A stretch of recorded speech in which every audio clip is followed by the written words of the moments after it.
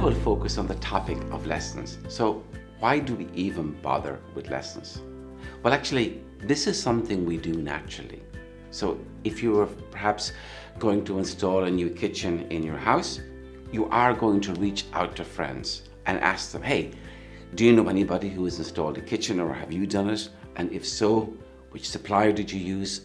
What was the quality like? What price did you pay? Is there some providers we should not work with because they are dangerous? And what else should we consider when going ahead with this project for our house or kitchen project? And we should really do the same for projects. And as a project manager, lessons can really be one of our best friends.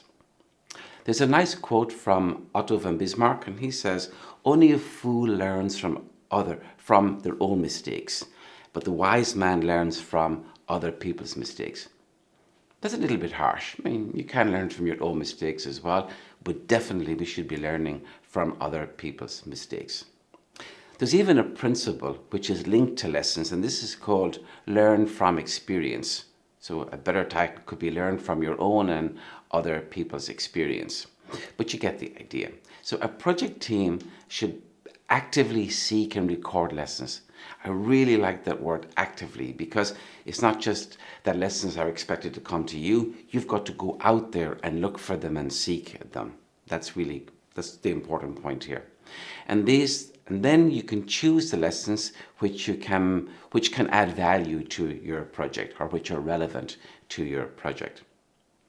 Now, when should we capture lessons? Should we capture continuously, or maybe just at the end of the project to give on to the other projects? Well, should be something that should be done continuously. And for example, at the end of a stage or a chunk of a project is a very, very good idea, because you can look back and say, well, how did we do over the last month or two? And there's a small tip here as well. The more people you are communicating into a project, then the more opportunity there is to receive lessons. But you must actively seek those lessons as well. Now, when do you think lessons are gathered? So I'm going to take you through basically the three big parts of the project and give you some feedback on that. First is when the project starts up. So we have a new project mandate comes in, and we have an overview on what to do. Then we should immediately look back over similar projects within the organization and look for lessons reports from those projects. That's the first place.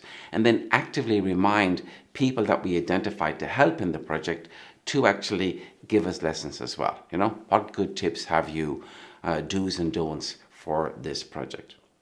And then during the project, kind of mentioned this already, we should be continuously identifying lessons and recording them as well. And the best time to do this, as I said, is at the end of every stage. So stages are they're like chunks. We divide the project up into chunks. So at the end of a time period or a phase, we can look back and say, hey, what went well over the last stage? But what lessons did we actually learn? And you can then implement some of these lessons perhaps in the next stage already. So you get immediate gain or an advantage from doing this. And then as the project closes, the team or the project manager actually should document insights that they have gained for the whole project, put this into a kind of a report document, and then make this available someplace to be given out to other future projects when they start up. Okay, that's good, because at the beginning of the project, we also looked for those reports. So it's nice to give back as well. And that's how we actually do it. Now, there's another tip as well that works really well with lessons reports. And that is the idea of doing a peer review.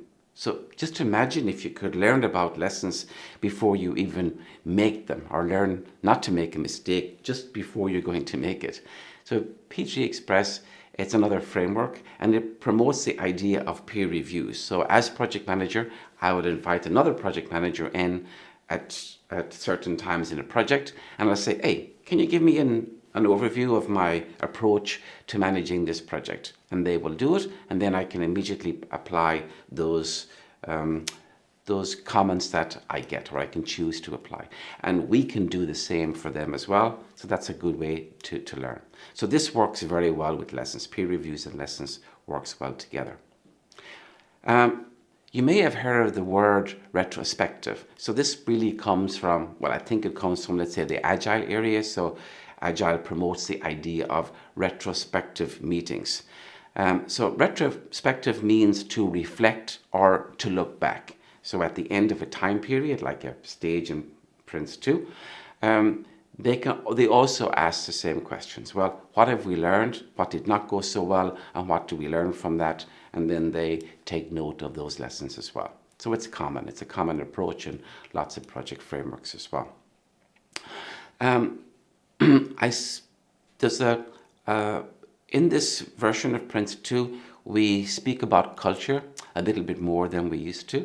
So I just want to talk about culture and lessons as well.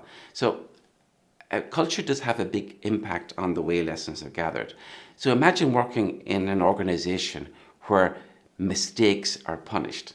So how open do you think people would be willing to share lessons then? Maybe not so much. So we would say then, well, this organization or this project has a poor project environment, which is not a good way to work on your project, because it inherits the culture from the surrounding environment. So, and a really good project environment makes it easier to share lessons and be more open about mistakes. So as project manager, this is something we should be looking at.